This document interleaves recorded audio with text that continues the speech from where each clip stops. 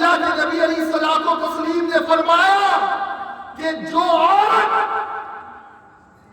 اپنے شوہر کو ٹارچر کرتی ہے، مینٹلی ٹارچر کرتی ہے، اس پر ناجائز مطالبات تھوپتی ہے اور اس کو ہریسمنٹ کرتی ہے، اللہ کے نبی فرماتے ہیں ایسی عورت جب مرے گی تو اسے جنت کی خوشبو بھی نہیں ملے گی۔ آج کیا ہو رہا ہے؟ یار وہ فلاں میری سہیلی تھی، اس کے شوہر نے تو اسے یہ دلایا، تم بھی مجھے دلاؤ۔ خدا کے لیے میری بہنوں ایسا نہ کرو۔ اگر تمہارا شوہر نان و نفقہ سکنا، یہ تین چیزیں ہی تو ہوتی ہیں، اگر وہ تمہارے منہ میں حلال کے لقمے ڈال رہا ہے تو اللہ کا شکر ادا کرو، اس سے زیادہ مطالبات مت کرنا۔ ارے میں آپ کو کیا بتاؤں، کیا تم میرے نبی کی زندگی نہیں دیکھتے؟ ایک مرتبہ سیدہ فاطمہ زہرا رضی اللہ تعالی عنہ کو کسی نے تحفے میں سونے کا ہار دیا۔ جب سیدہ فاطمہ حضور کے سامنے پہنچی، میرے آقا نے چہرہ پھیر لیا، فاطمہ سے بات چیت بند۔ سیدہ فاطمہ زہرا نے مولا علی کو بھیجا کہ منا لو۔ آقا نے فرمایا فاطمہ تجھے تو سادہ زندگی گزارنی تھی، اگر تو بھی سونے کا ہار پہنے گی، تو بھی سونے سے محبت کرے گی تو میری امت کی غریب بچیاں کہاں جائیں۔ سیدہ فاطمہ آئی تھی ایک مرتبہ، آپ کے وہاں بہت ساری کنیزیں آئی ہیں، باندیاں آئی ہیں، مجھے ایک باندی دے دے، گھر کے بڑے کام ہوتے۔ آقا نے کہا فاطمہ اس سے بہتر چیز لا دوں؟ کہا کیا؟ کہا جب رات میں بستر پر جا تھک جا 33 بار سبحان اللہ، 33 بار الحمدللہ، 34 بار اللہ اکبر پڑھ، اللہ تیری تھکن دور فرما دے۔ کیا میرے نبی دے نہیں سکتے تھے؟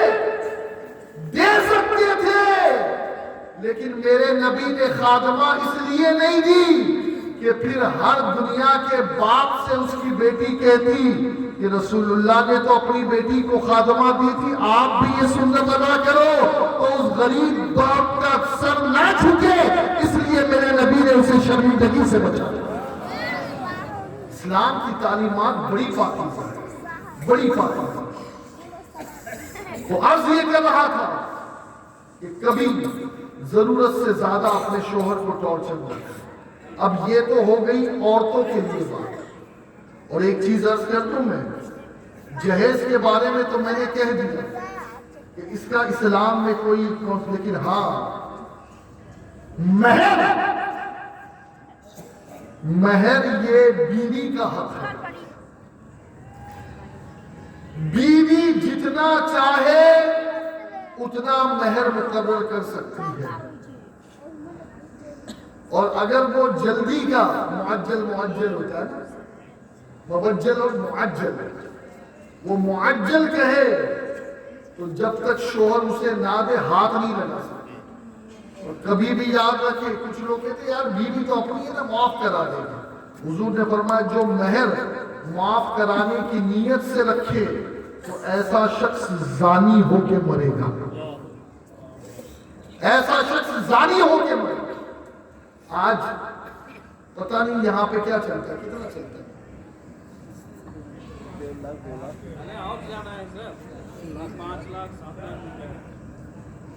10 لاکھ بھی مانگ سکتی ہے، 1 کروڑ بھی مانگ سکتی ہے بیوی، لیکن ایک چیز یاد رکھیں، نیت یہ ہو کہ مجھے ادا کرنا ہے، اور اسلام پابند نہیں کرتا بیوی کو۔ 2-3 چیزیں اس کا حق ہے، ایک تو یہ ہے، اور ایک چیز یہ کہ کچھ جگہوں پر یہ دیکھا جاتا ہے کہ شادی کرنے کے بعد پھر بھائی یہ کہتے ہیں کہ بھئی تیری شادی ہو گئی تو اب ماں باپ کی پراپرٹی میں تیرا کوئی حصہ نہیں۔ اگر بیٹے کے حصے میں 10 لاکھ آئے گا تو 5 لاکھ بیٹی کے حصے میں بھی آئے گا، اور یہ دینا ہے، یہ اسلام کا قانون ہے، یہ وراثت ہے، یہ ترکہ ہے، یہ اس بیٹی کا حق ہے۔ شادی الگ چیز ہے، شادی کے خرچ الگ چیز ہے، یہ چیزیں یاد رکھیں۔ اور اپنی بیٹی کو ایک بات ضرور سمجھائیں کہ بیٹی، اسلام میں خودکشی حرام ہے۔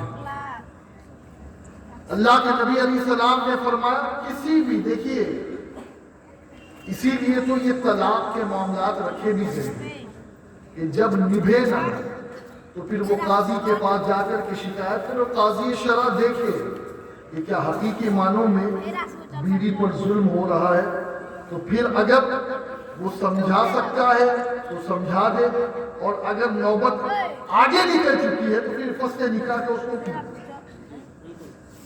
تب بھی اسلام میں خودکشی کی اجازت نہیں ہے۔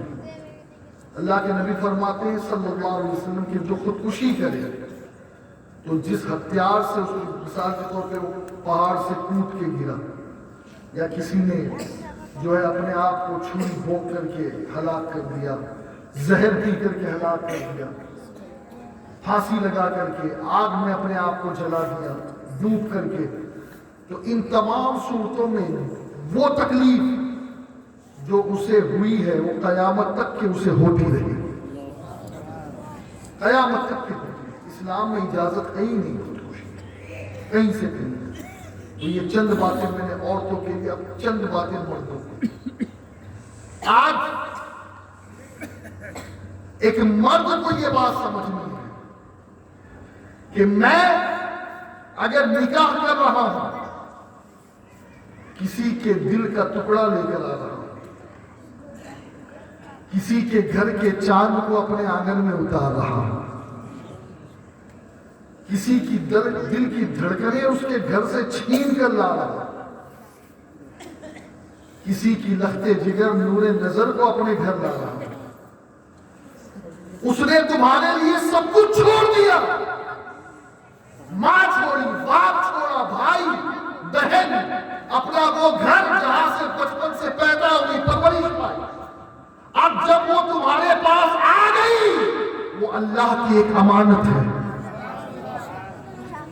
اب تمہارا حق یہ ہے کہ جو کھاؤ اسے بھی کھلاؤ، جو پہنو اسے بھی پہناؤ، کوشش کرو کہ کبھی اس کا دل نہ دکھے، کوشش کرو کبھی اسے تکلیف نہ پہنچے، کوشش کرو۔ یہ تو مرد کی عقل مندی ہے کہ وہ اپنی ماں کو بھی راضی رکھے، اپنی بیوی کو بھی راضی رکھے۔ یہ تو مرد کی عقل مندی ہے، اس کی دانائی۔ اور جو سب سے اہم چیز میں آپ سے عرض کر دوں، اسلام میں آپ کے گھر والوں کے کپڑے دھونا بیوی پہ فرض یا واجب نہیں ہے۔ زمین پوچھنا گھر کا یہ آپ کی بیوی پہ فرض یا واجب نہیں، برتن دھونا یہ آپ کی بیوی پہ فرض یا واجب نہیں۔ بہت کان کھول کے سنیں، آپ کے لیے کھانا پکانا بھی اس پہ فرض یا واجب نہیں۔ یہ تو ہماری عورتیں سمجھتی نہیں ہے۔ نان و نفقہ، نان تو ریڈی میڈ ہوتی ہے، اگر وہ اتنا سمجھنے لگے نا پھر تو صرف آرڈر ہی آرڈر چلے گا۔ لیکن اس کے باوجود وہ بچی کپڑا بھی دھو رہی ہے، برتن بھی دھو رہی ہے، جھاڑو بھی لگا رہی ہے، پوچھا بھی دے رہی ہے، یہ احسان ہے اس کا۔ اسلام نے پابند نہیں کیا ہے اسے۔ آپ کیا سمجھتے ہیں؟ اچھا آپ اپنی دیکھیے، مرد کی خدمت تو کہیں سے کسی حد تک سمجھ میں آ جائے، لیکن مرد کی ماں کی خدمت اس پر ضروری نہیں، مرد کے بھائی کی خدمت اس پر ضروری نہیں، مرد کے بھابھی کی خدمت اس پر ضروری نہیں۔ سمجھیے اسلام کو، تالی دو ہاتھ سے بچتی ہے۔ ہم بھی کہیں نہ کہیں اپنی بیوی کے ساتھ ظلم کر رہے ہیں۔ وہ جو کر رہی ہے اس کا شکریہ ادا کرو، دو میٹھے بول بولو۔ اور ایک چیز بتاؤ میں آپ کو، اسلام میں جھوٹ بولنے کی اجازت نہیں ہے۔ لیکن ایسا جھوٹ کہ جس سے بیوی کا دل خوش ہو جائے اور بیوی کو خوش کرنے کے لیے آپ بولتے ہو تو اسلام نے اس کی پکڑ بھی دی. اسلام نے اس کی پکڑ بھی دی. وجہ کیا ہے؟ اسلام یہ چاہتا ہے کہ تمہاری بیوی تم سے خوش رہے, تمہاری بیوی تم سے راضی رہے. اور ایک چیز عرض کروں میں, اللہ کے نبی علیہ السلام کی حدیث ہے, آقا فرماتے ہیں کہ عورتیں پسلی, بائیں پسلی سے, اور پسلی ٹیڑھی ہوتی ہے, لہذا اس کو سیدھے کرنے کی کوشش مت کرنا ورنہ ٹوٹ جائے گی, اور ٹوٹنا ہی طلاق ہے. جتنا فائدہ حاصل کر سکتے ہو حاصل کر لو, جتنا بینیفٹ مل رہا ہے بینیفٹ حاصل کر لو, 100% کی مت سوچنا. کچھ لوگ یہ سمجھتے ہیں میری بیوی ہے تو وہ ویسے ہی چلے 100%. تم کون سا 100% چل رہے ہو اللہ کے فرمان کے مطابق؟ کبھی خود کے بھی تو گریبان میں جھانک کر دیکھو. تم اللہ کے فرمان کو 100% مان رہے ہو, عمل کر رہے ہو, پھر تم کسی اور سے کیا توقع رکھتے ہو؟ میرے نبی نے فرمایا صلی اللہ علیہ وسلم کہ جو فائدہ مل سکتا ہے لے لو, لیکن سیدھی کرنے کی کوشش مت کر. ٹیڑھی ہے تو ٹیڑھی رہے, ٹیڑھی ہے تو ٹیڑھی ہی ہے, بس اسے سیدھی کرنے جاؤ گے تو ٹوٹ جائے گی.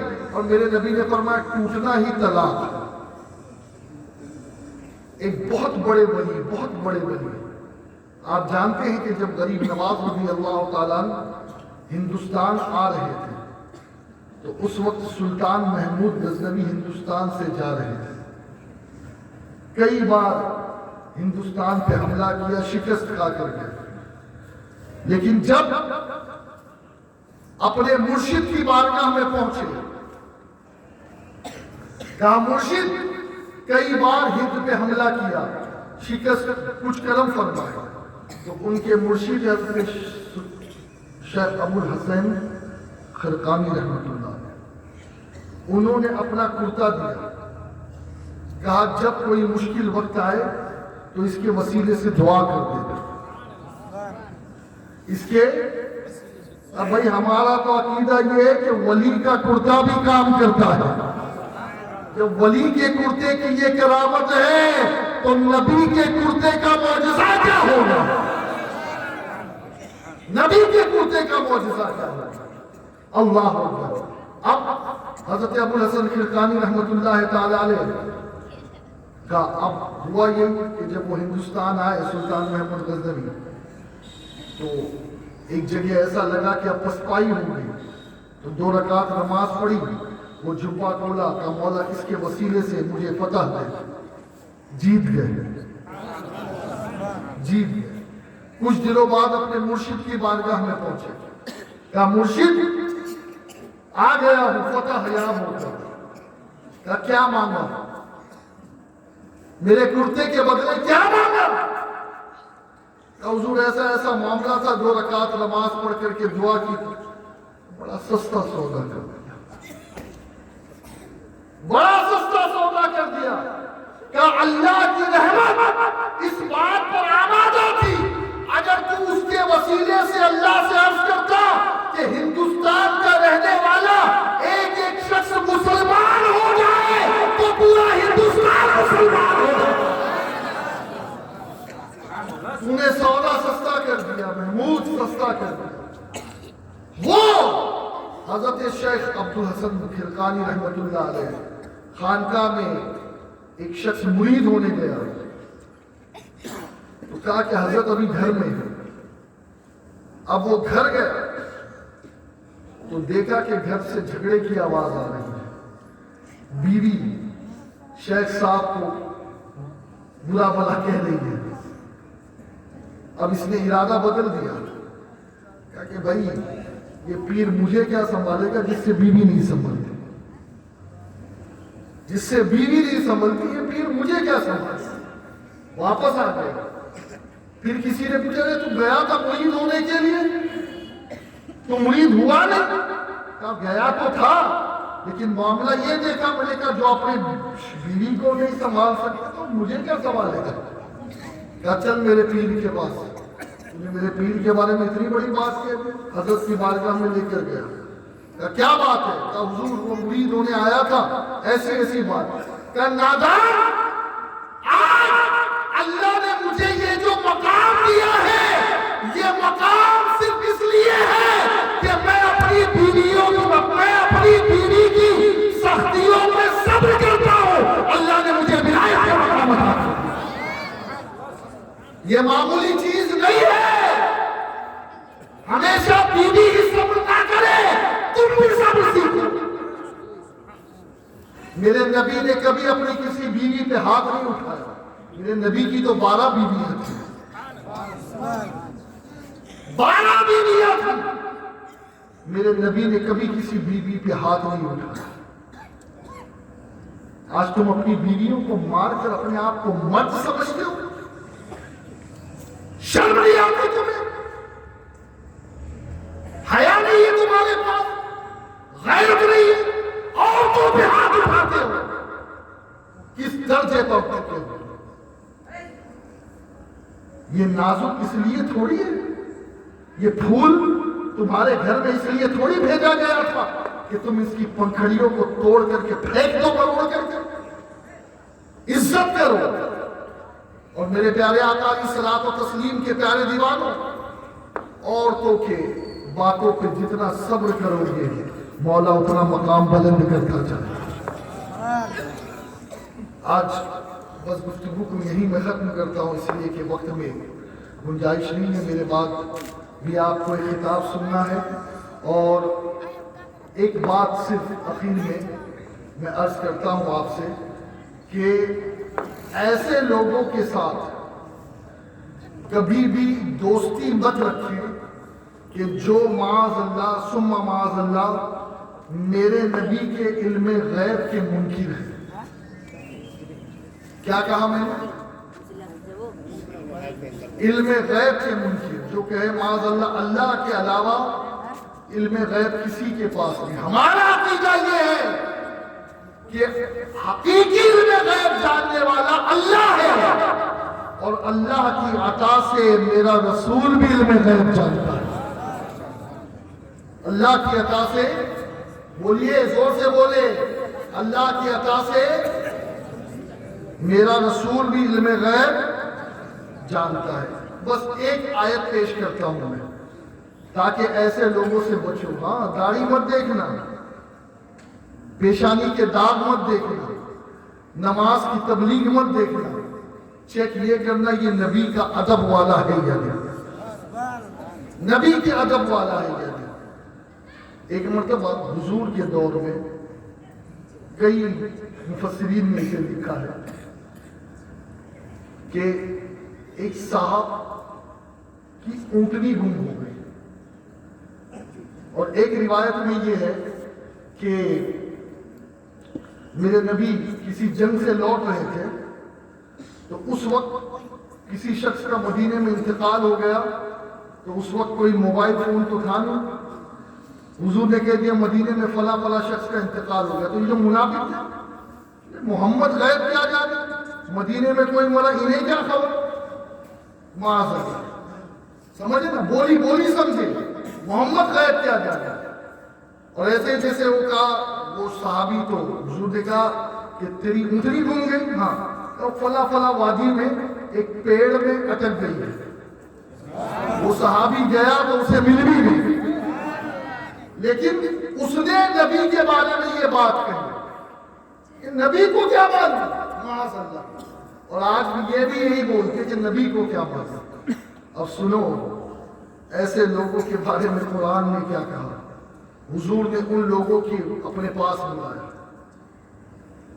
تم نے ایسی باتیں کی، کبھی وہ ہم نہیں تھے، وہ تو کچھ بچے تھے اور کچھ لوگ تھے، وہ تو ہنسی ہنسی میں تفریحاً وہ کچھ کہہ رہے تھے۔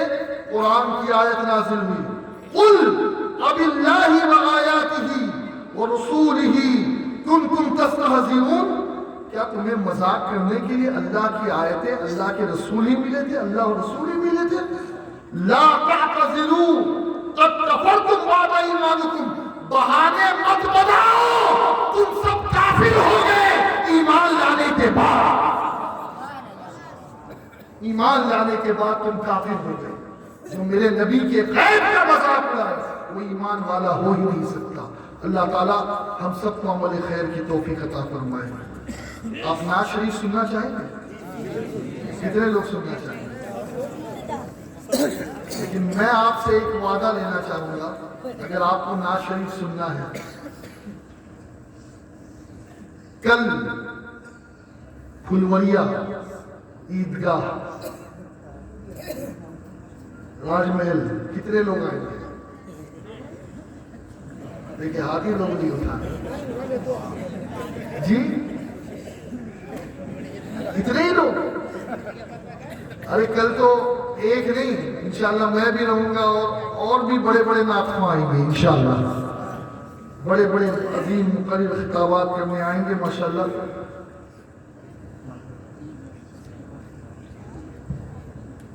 نعرہ تکبیر، نعرہ رسالت، نعرہ رسالت، سنی دعوت اسلامی، سنی دعوت اسلامی۔ علامہ صاحب نوری صاحب، صاحب نوری صاحب قبلہ، علامہ صاحب نوری صاحب قبلہ، نعرہ تکبیر، نعرہ رسالت۔